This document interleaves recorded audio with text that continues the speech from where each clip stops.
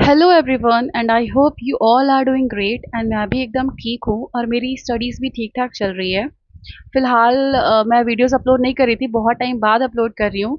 उसका रीज़न यही है कि ये क्लिप में आपको दिख रहा है कि हमने शिफ्ट किया है। पहले हम लोग सिविल में रहते थे बाहर, अब हमने आर्मी कैंपस में शिफ्ट कर लिया है। तो उस शिफ्टिंग के चक्कर में बहुत उथल-पुथल हो गया था, सारा स्केड्यूल बिगड़ गया था, स्टडीज़ मतलब काफ़ी कुछ हुआ, नहीं पढ़ पा रही थी मैं एंड ऑल, और बीच में फिर एसबीआई पीओ का प्रीलिम्स भी हो गया। मेरा 1 अगस्त को था थर्ड शिफ्ट में और मेरा अटेम्प्ट उतना अच्छा नहीं था क्योंकि मेरी प्रैक्टिस ही नहीं थी, क्योंकि जो डिस्टर्बेंस हुआ शिफ्टिंग एंड ऑल में वो लास्ट डेज़ ही हुआ है। मतलब अगस्त मतलब जुलाई पूरा लगा लो, जून और मिड से जुलाई तक मतलब पूरा लगा लो, ऐसे हुआ है, ठीक है? तो पढ़ने का बिल्कुल भी टाइम नहीं मिल रहा था और अभी हमने शिफ्ट किया। जिस दिन हमने शिफ्ट किया है 30 को या 30th जुलाई को, और 1 अगस्त को मेरा पेपर था। तो तुम सोच सकते हो कि कैसा गया होगा पेपर। Not so good. मेरे अटेम्प्ट्स हैं 60, तो मुझे नहीं लगता कि हो पाएगा। सो मैं अभी आईबीपीएस पीओ प्रीलिम्स पे फोकस कर रही हूँ। तो यहाँ मैंने अड्डा का मॉक दिया था। मॉक उतना अच्छा नहीं गया था, बट स्टिल अब मैं कंसिस्टेंटली मॉक दूंगी और अपने आप को इम्प्रूव करने की पूरी कोशिश करूंगी एंड स्पीड एंड ऑल। क्योंकि एसबीआई पीओ में मुझे पता चल गया था कि सारा पेपर ऐसे डुएबल था, ऐसा कुछ भी नहीं था कि थोड़ा भी टफ पेपर था। बोल सकते हैं कि इजी टू मॉडरेट कुछ सेक्शंस थे या फिर कुछ क्वेश्चंस, बट सब कुछ नहीं था टफ। बट मेरी स्पीड की वजह से मेरे अटेम्प्ट रह गए। मतलब या रीजनिंग डुएबल था, वो भी नहीं हो पाया मेरे से पूरा अच्छा अटेम्प्ट। मतलब मैं जितना मैं कर सकती थी ना उतना मैं नहीं कर पाई। तो इस बार पूरा मैं मतलब पूरी कोशिश करूंगी कि आईबीपीएस पीओ प्रीलिम्स में ऐसा ना हो। तो देखते हैं कैसा जाता है, बट या अब मुझे नहीं लगता कि एसबीआई पीओ प्रीलिम्स होगा भी, यानी क्योंकि जनरल कैटेगरी का तो वैसे भी 60 प्लस जाता है। मतलब ऐसे ट्रेंड है प्रीवियस ईयर का कि 60 प्लस जाता है, और मेरा एकदम मार्जिन लाइन पे है, तो ऐसा तो है नहीं कि एक्यूरेट पूरा होगा। इंग्लिश में तो वैसे भी नेगेटिव मार्किंग हो जाती है कितना भी कोशिश कर लो। तो देखते हैं। बाकी अभी तो आईबीपीएस पीओ पे फोकस करते हैं। मैंने गाइडली का भी मतलब परचेज कर लिया है। मैंने अभी तक मेंशन नहीं किया इस चीज़ को क्योंकि मैं वीडियो ही नहीं बना रही थी। तो गाइडली का भी ये मॉक नंबर 1 दिया है मैंने आईबीपीएस पीओ का, जिसमें 50 स्कोर है। और इंग्लिश में 19 करेक्ट है एंड 4 इनकरेक्ट है। और उसके बाद रीजनिंग रीजनिंग में भी 19 करेक्ट है एंड 3 इनकरेक्ट है।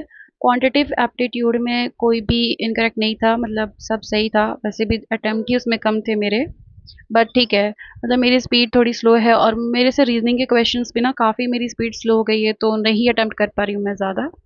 वैसे इसका कट ऑफ और मेरा जो भी मार्क्स है, स्कोर है, फ़र्क है। जैसे 55 था सेफ स्कोर था इसका, और मेरा 50 आया है।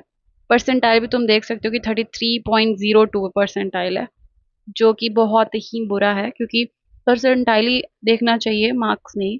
तो ये बुरा तो है, बट मैं पूरी कोशिश करूँगी कि अभी मैं खुद को धीरे-धीरे इम्प्रूव करूँ।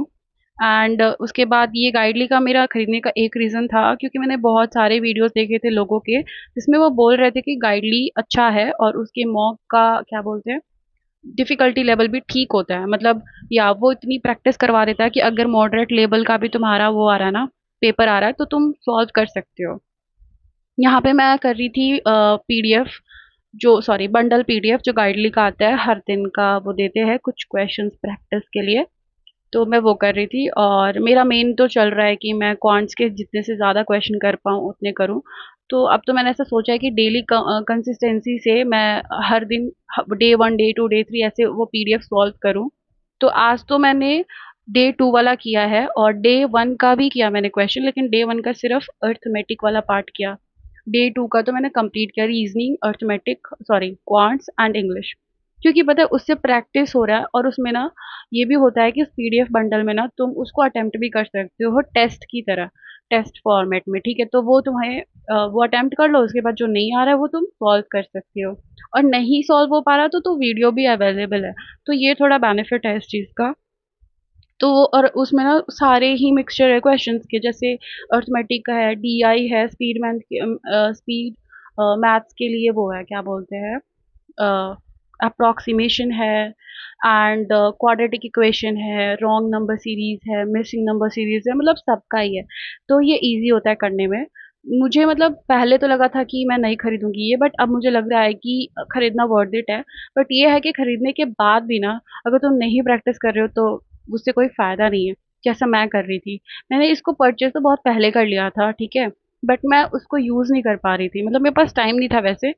तो बट इस बार मैंने सोचा है कि उसको अच्छे से यूटिलाइज़ करूँ, क्योंकि पैसे लगे तो ऑफ़ कोर्स उसको यूटिलाइज़ तो पूरा करना चाहिए ना, पैसा वसूल वाला। तो देखते हैं कितना जाता है। मेरे पास टेक्स्ट बुक का भी मॉक सब्सक्रिप्शन है, गाइडली का है और अड्डा 247 का है। मतलब 3 प्लेटफ़ॉर्म से मैं अभी लगा रही हूँ मॉक्स। और बट टेक्स्ट बुक का तो थोड़ा-सा टफ़ लेवल पे चला जाता है। टफ़ क्या बोलूँ मैं, मतलब कॉन्सेप्ट उसमें ज़्यादा लगते हैं। तो वो कॉन्सेप्ट ठीक, मतलब अगर तुम्हें कॉन्सेप्ट पे काम करना है तो तुम उसके मॉक्स लगाओ और एनालिसिस करो, बाकी तो सब ठीक है। अभी तक मैंने सिर्फ 2 ही मॉक लगाए हैं, अड्डा का और गाइडली का। आगे मैं और भी मॉक्स लगाऊँगी, डेली का मैंने सोचा है कि 2 मॉक्स तो दे दूँगी और एडिटोरियल डेली, एरर डिटेक्शन, मतलब ये सब कुछ है जो मैंने शुरू किया है।